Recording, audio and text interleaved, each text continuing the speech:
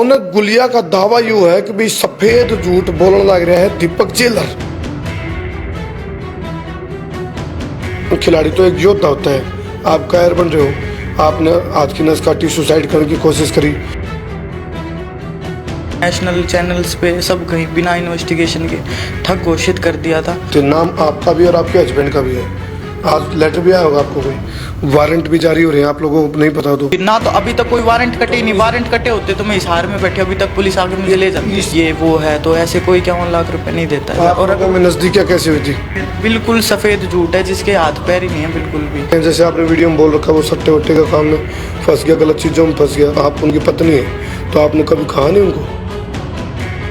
असली बात अब मैं बताती हूँ ना। फिर उसके बाद जब मैंने अपने हस्बैंड को फ़ोन करके सख्ती से जब मैंने पूछा तो उसके बाद उसने बताया कि हमने एक ब्लू वन एक्सचेंज नाम की सट्टे की ऐप बनाई थी, दोनों ने मिलके, दीपक शर्मा ने और मैंने मिलके। और ये दगाबाज हैं, धोखेबाज हैं। कि 2 नंबर का काम था, मुझे नहीं पता था। इन्होंने मेरे इतना इन्फॉर्मेशन में आया था कि भाई कई बार आपको बुलाया गया थाने में, कोर्ट में, आप गए नहीं। तो जब पानी सिर से ऊपर चला गया, हद पार होगी, तो आखिर में शिकायत दर्ज करानी पड़ी। ऐसे ही बकवास करने के लिए एक दिन किसी का फ़ोन आया था पुलिस डिपार्टमेंट से, कोई लड़की वड़की थी जान पहचान वाली।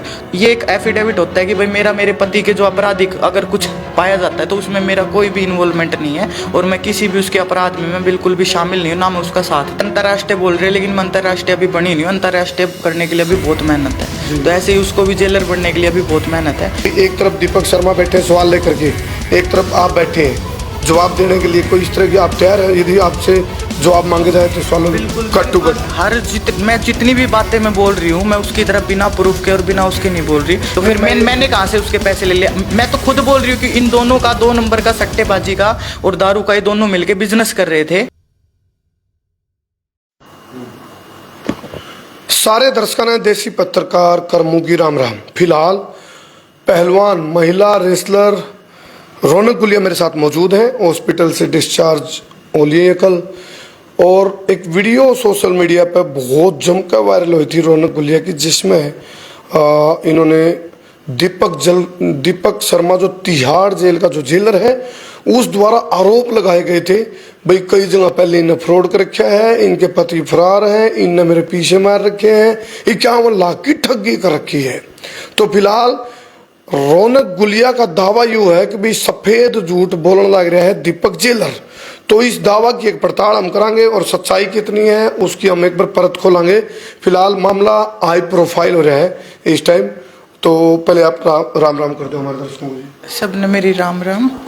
तो ये चोट जिस तरह आप ये देखो हाथ पर पट्टी देख रहे हो, तो इसके बारे में आपके ऊपर कमेंट पॉजिटिव और नेगेटिव दोनों तरह के आए। रौनक, किसी ने कहा कि भाई आप खिलाड़ी तो एक योद्धा होता है, आप कायर बन रहे हो, आपने हाथ की नस काटी, सुसाइड करने की कोशिश करी। कुछ ने ये भी कहा कि भाई बहुत दुखी हो के भला मरता क्या नहीं करता। तो इस तरह की बातें थी, बताओ। बिल्कुल देखो, मैं इस चीज़ के तो बिल्कुल मैं ये इनकरेज नहीं करूँगी, क्योंकि मेरी जो प्रोफाइल है लोग जिस तरीके से मेरे को जानते हैं कि इंस्पिरेशन के रूप में देखते हैं, तो ये चीज़ तो मैं खुद बहुत मतलब शर्मिंदा हूँ मैंने की। बट मैं इस चीज़ के लिए बहुत मजबूर थी। उस टाइम पे मेरे पे मेंटली इतना ज़्यादा प्रेशर था, चारों तरफ से ही मतलब इतनी वीडियो वगैरह आ रही थी, समझ मतलब दिमाग एक बोलते नहीं एक क्षण के लिए आपका दिमाग काम करना बंद कर दे, तो वही मेरे साथ हुआ। तो ऊपर से मैं थोड़ा अकेली रहती हूँ तो काफ़ी फ़र्क पड़ा। मैंने कोशिश की मैं बात से जो ऊपर है ना, मतलब मैं एक इज्जत और नाम को सबसे ऊपर मानती हूँ। मैंने अपने चाइल्डहुड से ही मतलब बहुत स्ट्रगल किया और इस चीज़ को मेंटेन मुझसे ना हो, कोई गलती मुझसे ना हो जिससे मेरा नाम और इज्जत खराब हो। तो इन्होंने तो मुझे मतलब नेशनल टीवी पे इन्होंने मुझे नेशनल चैनल्स पे सब कहीं बिना इन्वेस्टिगेशन के ठग घोषित कर दिया था। तो उस चीज़ का मेरे दिमाग पे बहुत ज़्यादा मतलब असर पड़ा। और दूसरी बात, आप मेरे हस्बैंड के लिए बोल रहे हो कि आपने उनको मतलब खुलकर उनके बारे में बोल रहे हो, तो मैं बिल्कुल भी गलत चीज के बिल्कुल भी साथ नहीं हूँ, चाहे वो मेरे हस्बैंड ही क्यों ना हो। और मैं बिल्कुल मतलब जितनी भी गलत चीजें हैं उनके बिल्कुल खिलाफ हूँ। इसलिए मैं अपने हस्बैंड के लिए भी खुल के बोल रही हूँ। जो बातें उसने मुझे बताई है जब से हमारी अनबन चल रही है, वो बातें ही मैंने सेम रखी है। अभी आप कह रहे हो भी वो झूठ बोल रहे हैं, कैसे? उन्होंने आरोप लगाया भी आपने पहले भी किसी के साथ चीटिंग करी है। आपका रैपिड जो न्यूट्रिशन है उसके नाम पे ब्रांड एम्बेसडर बना के उनसे पैसे लिए गए, खाते में आपके आए हुए हैं, सबूत दीपक शर्मा के पास है बकायदा।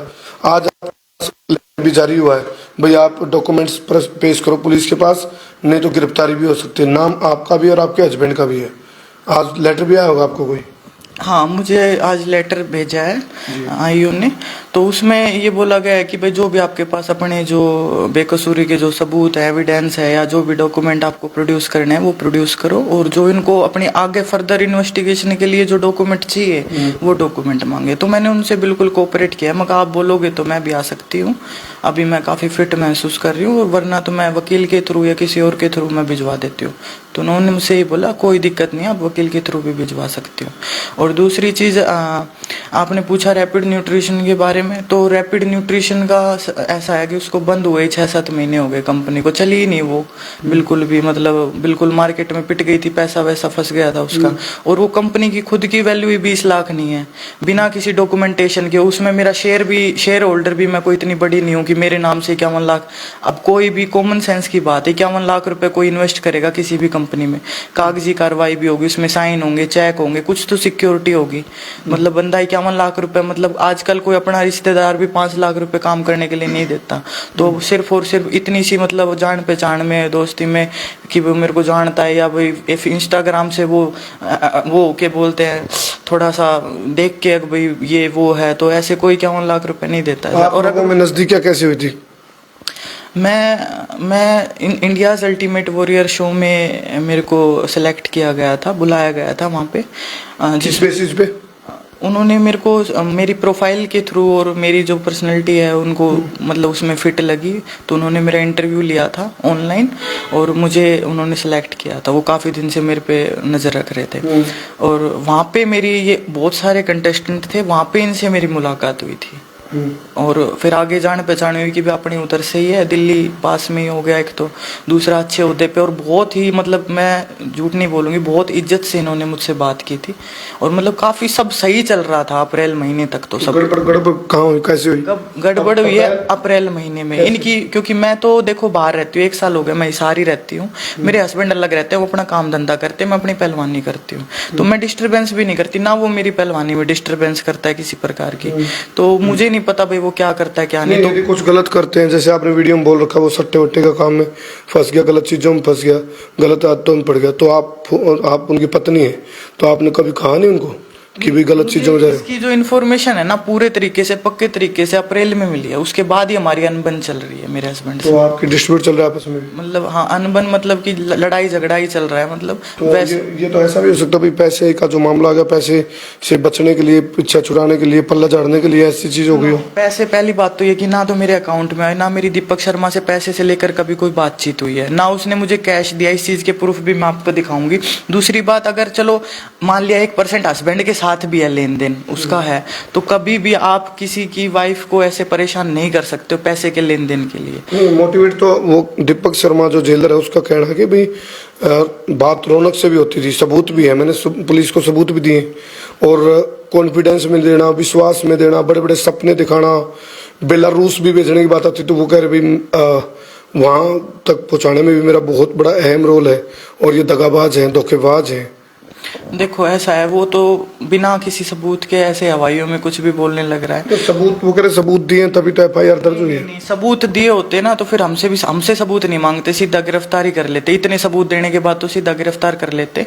और दूसरी चीज ये है कि जो वो बोल रहा है बेलारूस, उसकी वजह से नहीं गई, मेरे खुद की आज के टाइम में मेरी खुद की, मैं वो इनकम प्रूफ वगैरह सब चीजें मैं वो पुलिस को दूंगी कि मैं कैसे मैं बेलारूस गई हूँ। और दूसरी चीज जो ये बोल रहा है मेरे हस्बैंड के साथ लेन देन की, 2 नंबर का काम था, मुझे नहीं पता था। इन्होंने मेरे इतना इन्फॉर्मेशन में आया था जब ये साथ बैठे थे, फ्लैट पे थे, वीडियो कॉल पे मेरे हस्बैंड से बात हुई थी, जब ये दोनों साथ में थे, दीपक शर्मा दारू पी रहा था उस टाइम पे, और 2-3 जने थे, इनकी अपनी वो चल रही थी। तो उस टाइम पे मेरे को थोड़ी भनक लगी थी, तब मैंने पूछा था मेरे हस्बैंड, तब मेरे हस्बैंड ने मुझे बताया था कि भाई हम थोड़ा बिजनेस कर रहे हैं साथ में। मैं कहा चलो ठीक है, मेरी कभी से ही आदत नहीं है पूछा था अच्छी कि भाई क्या कर रहे हो क्या नहीं कर रहे हो, कभी से ही, मतलब आज मेरी शादी को 7 साल हो गए, आज तक नहीं है। अच्छा, ये चीज और सुनने में आती, देखो कि भाई कई बार आपको बुलाया गया थाने में, कोर्ट में, आप गए नहीं, तो जब पानी सिर से ऊपर चला गया, हद पार होगी, तो आखिर में शिकायत दर्ज करानी पड़ी, वारंट भी जारी हो रहे हैं, आप लोगों को नहीं पता तो गिरफ्तारी की। कौन से केस में वारंट जारी? नहीं, ये इसको लेकर के शिकायत जब दर्ज हुई कि भी सबूत दे दिए, पुलिस को एफआईआर कट ली और फिर उसके बाद पुलिस में नहीं गए आप लोग, नहीं, तो इस वजह से एफआईआर तो 3-4 दिन पहले ही कटी है। और दूसरी चीज है, पुलिस ने नोटिस तो आज के दिन निकाला है, तारीख मैं आपको दिखा दूंगी नोटिस की। और दूसरी ना मेरे, हाँ आज की डेट है नोटिस पे, 1 सितंबर की डेट है, मैं दिखा दूंगी आपको। और दूसरी चीज ये है कि मेरे पास किसी पुलिस ने कांटेक्ट किया ही नहीं है, ना मेरे पास किसी पुलिस का फोन आया, ना किसी ऑफिशियल का फोन आया। ऐसे ही बकवास करने के लिए एक दिन किसी का फोन आया था पुलिस डिपार्टमेंट से, कोई लड़की वड़की थी जान पहचान वाली, तो उसने कोई ऐसी क्रिमिनल पेश होने के लिए ऐसा कुछ नहीं बोला था। और बादली थाने से एक बार इसने ही फोन करवाया था, उसमें मैंने उनसे बोला था कि जो लिखित शिकायत है एक बार आप मेरे को वो भेज दो तो मैं आ जाती हूँ, तो उन्होंने कुछ भी नहीं भेजा। तो मैंने अपनी तरफ से, मेरे पास जो मेरा था मैंने वो भेज दिया था, तो उनको उनका भी दोबारा फोन मेरे पास नहीं आया था। तो अब आपको देखो, आपने तो दावा कर दिया कि भी सफेद झूठ बोली जा रही है। बिल्कुल सफेद झूठ है, जिसके हाथ पैर ही नहीं है बिल्कुल भी। मतलब बंदा अगर कुछ बोल रहा है तो उसका कुछ तो सबूत दे। पुलिस, आप पुलिस से खुद जाके पूछ लो कि कब एफआईआर हुई है, मैं एफआईआर की डेट भी दिखा दूंगी आपको, ठीक है। और जो आज नोटिस है, आज नोटिस की डेट दिखा दूंगी ना। तो अभी तक कोई वारंट कटे ही नहीं, वारंट कटे होते तो मैं इस हार में बैठे, अभी तक पुलिस आके मुझे ले जाती। इस नोटिस का जवाब देंगे आप? आपसे जवाब, डॉक्यूमेंट मांगे गए हैं निर्दोष होने के? बिल्कुल नोटिस से पहले ही मेरे पास सारे एविडेंस हैं मेरे पास। आपको हाँ, 1-2 एविडेंस मैं आपको देखो। चलो फिलहाल जितने भी दर्शक गले शेयर कर दे रहा हूँ। इस टाइम हाई प्रोफाइल केस बने हुआ है और बहुत बड़े उतार चढ़ाव इस केस में आगे भी आऊंगे। और इबे शायद परत खुलनी शुरू हुई है। और जब दीपक शर्मा जो तिहाड़ जेल के जेलर अपने आप को बताओ, उनकी तरफ से जब बात आई थी तो आरोप लगा दिए गए थे भी पति और पत्नी दोनों ने मिलकर ये एक खेल रचा था।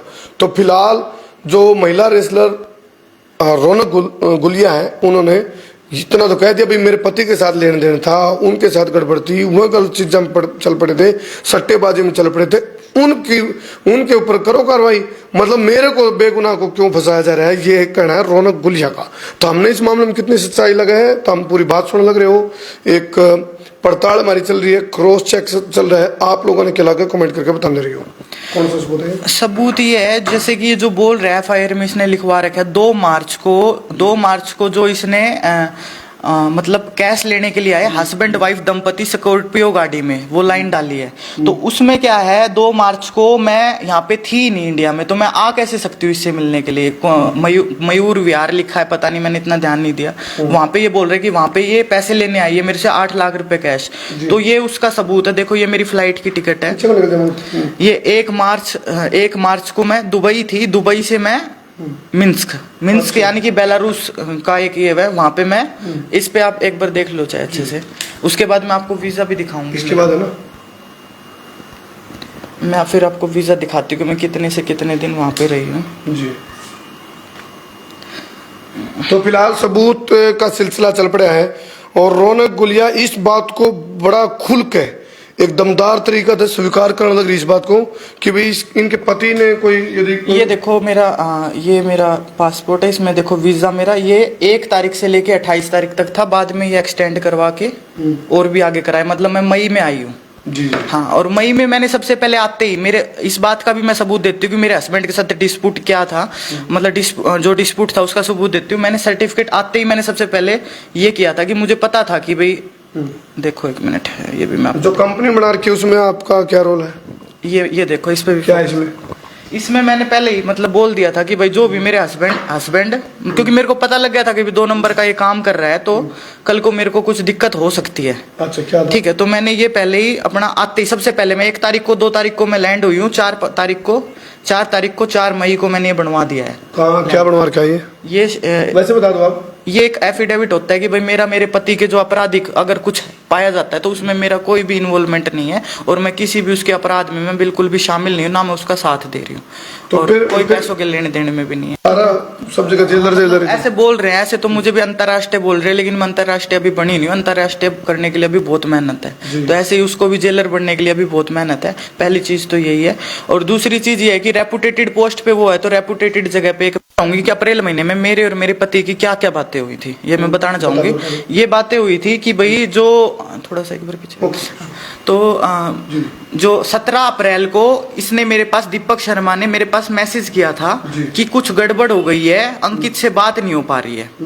तो फिर इसने अपने आप ही पोल खोल ली थी कि वो सट्टा खेल रहा है, आप उसको बचाओ। किसने बोला था? शर्मा ने मेरे को मैसेज में बोला था। ये सारी चैटें मैं ये सब पुलिस को दिखाऊंगी मैं। अच्छा, ये चीजें देखो, ये राज से पर्दा इस टाइम उठने लग रहा है। जो राज है, बहुत सारे मैं कहूँ उतार चढ़ाव इस मामला में होंगे, ये राज से पर्दा उठना शुरू है। फिलहाल जो रौनक गुलिया है, उन्हें एक दावा और किया है कि भाई दीपक शर्मा द्वारा फोन करे गए थे बकायदा रौनक को, और बोला था दीपक शर्मा ने कि भाई आपके पति गलत लाइन में चल पड़े हैं, सट्टा पट्टा का चक्कर में चल पड़े हैं। दीपक शर्मा का और अंकित का केवल ये बिजनेस का ही सिलसिला था या और भी बातों में कहीं? नहीं, उसने तब बोला है मेरे को जब उसके, असली बात अब मैं बताती हूँ ना। फिर उसके बाद जब मैंने अपने हस्बैंड को फोन करके सख्ती से जब मैंने पूछा, तो उसके बाद उसने बताया कि हमने एक ब्लू वन एक्सचेंज नाम की सट्टे की ऐप बनाई थी, दोनों ने मिलके, दीपक शर्मा ने और मैंने मिलके ब्लू वन एक्सचेंज नाम की एक ऐप बनाई थी। तो उसमें पैसे डाले थे और उसमें लॉस हो गया। तो उसमें मेरे भी और कुछ दीपक शर्मा के भी पैसे लॉस हो गए, और ये इसलिए दबाव बना रहा है मेरे ऊपर। तो मैंने ये बोला कि देखो आपने मेरे को बताया नहीं था। तो उस टाइम पे हमारे झगड़े शुरू हो गए थे, बिल्कुल मतलब बात होनी भी बंद हो गई थी। मैंने नंबर भी ब्लॉक में डाल दिया था, ठीक है। हाँ जी, तो मतलब बिल्कुल मतलब एक जो होता है ना कि पहली बार जब कोई बात पता लगती है ऐसी, और तो धक्का लगता है कि भाई ऐसे कामों में भी थे जी। तो वो वाली चीज। अच्छा, यदि मैं अगला कोई कार्यक्रम, क्योंकि हालांकि जुडिशरी का काम भी है, न्यायिक प्रणाली एक प्रक्रिया, वो जुडिशरी वो एडमिनिस्ट्रेशन करेगा भाई कौन ठीक कौन गलत। अभी तो जांच चल रही है, अभी आरोप साबित नहीं हुए ना, आपकी बातों के आरोप साबित हो रहे अभी, वो तो कोर्ट जाने, और जो पुलिस के पास सबूत आप दोगे आप और दीपक शर्मा, उसके ऊपर डिपेंड है। अभी आप कोई यदि इस तरह की बात आती है, भी एक तरफ दीपक शर्मा बैठे सवाल लेकर के, एक तरफ आप बैठे हैं जवाब देने के लिए, कोई इस तरह की आप तैयार है यदि आपसे जवाब मांगे जाए तो सवालों कट टू कट? मैं जितनी भी बातें मैं बोल रही हूँ, मैं उसकी तरफ बिना प्रूफ के और बिना उसके नहीं बोल रही। मेरे पास हर चीज का प्रूफ है, जो मैं बोल रही हूँ, मेरी हर बेगुनाही का, मेरी हर बात का मेरे पास प्रूफ है। 2 मार्च का उसने बोला था मैं बेलारूस में थी। फिर जो उसने पैसे ट्रांसफर किए हुए, मेरा अकाउंट चेक करा लो, कोई भी पैसा उसके अकाउंट से मेरे अकाउंट में नहीं आया। कैश वाली बात निराधार हो चुकी है। दूसरी बात ये कि जो पैसा अकाउंट टू अकाउंट है, उसमें भी अकाउंट चेक करा लो, मेरी स्टेटमेंट चेक हो जाएगी, वो मैं पुलिस को दूंगी सारी चीजें। तो कोई भी मतलब उससे कोई लेन देन नहीं है, मैसेज फोन पर पैसों से लेकर कोई भी लेन देन से बातचीत नहीं है उसके साथ मेरी, ठीक है। हाँ जी, तो फिर मैंने कहां से उसके पैसे ले लिया? मैं तो खुद बोल रही हूँ कि इन दोनों का 2 नंबर का सट्टेबाजी का और दारू का, ये दोनों मिलके बिजनेस कर रहे थे, मेरे हस्बैंड और ये दोनों। तो इनका आपसी लेन देन है, आपसी लेन देन है। तो ये खुद उससे सुलटे या उसको बुलाए या उसको प्रोड्यूस करे, उसका नाम घसीटे। ये तो मेरा नाम क्यों घसीटा जाए? ये सीधा ही मतलब मेरे कोई फ्रेम, इसने ये इसलिए कर रहा है, इसने ये जानबूझ के, इसने प्लानिंग करके किया है। इससे पहले मेरे को ये 2 से 3 महीने से टॉर्चर कर रहा है। कभी गुंडे के फोन करा रहा है, कभी पुलिस के किसी के, कभी मतलब मेरे जान पहचान वालों से मेरे पे दबाव बनवा रहा है। एक दिन तो रात के 12 बजे दारू पी के मेरे को फोन कर रहा, रात के 12 बजे, मैं सुबह 4 बजे उठने वाली, मैं रात के 12, मैं 10 बजे सोने वाली लड़की हूँ। मेरे को बातें करो पूरे दावे के साथ, क्योंकि इन चीजों के फिर सबूत मांगे जाएंगे जो आप बात बोल रहे हो। हर सबूत है मेरे पास, एक सबूत है, मैं सारे पुलिस को दिखाऊंगी ये सारे। तो मेरे पास दारू पी के फोन करके बोल रहे कि तुम दोनों बंटी बबली हो, मेरे पैसे का। तो मैंने इस चीज का जवाब दिया कि आपको सारी बात का सच्चाई का पता है कि मुझे कुछ भी इस बारे में नहीं पता था। क्योंकि अगर कोई भी मतलब हस्बैंड होता है अपनी वाइफ से कोई बात छुपाता है ना, तो वो दूसरे बंदे से भी ये बोलता है कि उसको नहीं पता लगना चाहिए, दूसरे बंदे से भी यही बोलता है। तो इसको नहीं, तो अगर ये उस टाइम पे इसके साथ काम कर रहा था तो इसने मेरे को बताना था ना। ये तो कंपनी का नाम ले रहा है, कंपनी में तो बहुत पहले लगाता, पैसे लगाता। तो इसकी तो सारी बात, ये तो इसने प्लानिंग करा है। इसने मेरे को धमकी दी कि जो फ्रेम किया इसने, जो मुझे धमकी दी ना कि तेरा सब बर्बाद कर दूंगा जिस चीज पे तू वो हो रही है ना, कि मतलब इतना मेरे सामने बोल रही है, जो तू इतना बोल्डनेस बन के दिखा रही है, वही चीज तेरी बर्बाद करूंगा, तेरे को फंसा दूंगा। ये चीज इसने खुद भी नहीं, लड़कियों से भी, जैसे पहलवानी से रिलेटेड जो सही पद पे लड़के, उनसे भी मतलब मेरे से फोन कराए कि रौनक देख ले यार, उसको बुला ले अंकित को, नहीं तो तेरे को फंसा देंगे। फिर मैंने उनको भी ये बोला कि दीदी ऐसा है, मैं कैसे बुला लूं, मगर अगला बंदा मुझे बताता ही नहीं मैं कहाँ हूँ। मेरे पास ना उसका नंबर है ना कॉन्टैक्ट, ना वो मुझे खुद नहीं पता वो कहाँ पे है। मेरी उससे बातचीत बंद है। मगर कितने टाइम से बंद है आपकी? मेरी बातचीत अप्रैल के बाद से बिल्कुल ही बंद है। अच्छा। हाँ जी, अप्रैल के बाद से बिल्कुल बंद है। दीपक शर्मा ने जब बात रखी थी, आरोप लगाए थे आप लोगों के ऊपर, तो उसके बाद कोई अंकित की बात वगैरह कुछ आपसे? नहीं, मेरी कोई बात नहीं हुई उसके बाद से। और अभी जो आपकी प्रैक्टिस है वो जारी है? प्रैक्टिस देखो मैं कल गई थी, मैंने थोड़ा किया था क्योंकि मेरे पैर का ऑपरेशन हो रहा है, वो टाइट हो जाता है पैर, प्रैक्टिस नहीं करती हूँ तो थोड़ी की थी, बट थोड़ी अभी वीकनेस लग रही है थोड़ी थोड़ी। देखती हूँ, कल से मैं स्टार्ट करती हूँ अपनी प्रैक्टिस प्रॉपर तरीके से। चलो फिलहाल जो जांच की प्रक्रिया का हिस्सा होगा उसमें तो कोऑपरेट तो करोगे आप? बिल्कुल कोऑपरेट है, जैसे पुलिस बोलेगी, जैसे जांच करेगी मैं उसके साथ हूँ, बिल्कुल मैं कानून के साथ चलूंगी। चलो, तो आप लोगों ने खेला क्या, कमेंट करके जरूर बताइए। बहुत बहुत धन्यवाद। मैं हूं तारा, देसी पत्रकार कर्मू। जय हिंद, जय हरियाणा, जय जवान, जय किसान।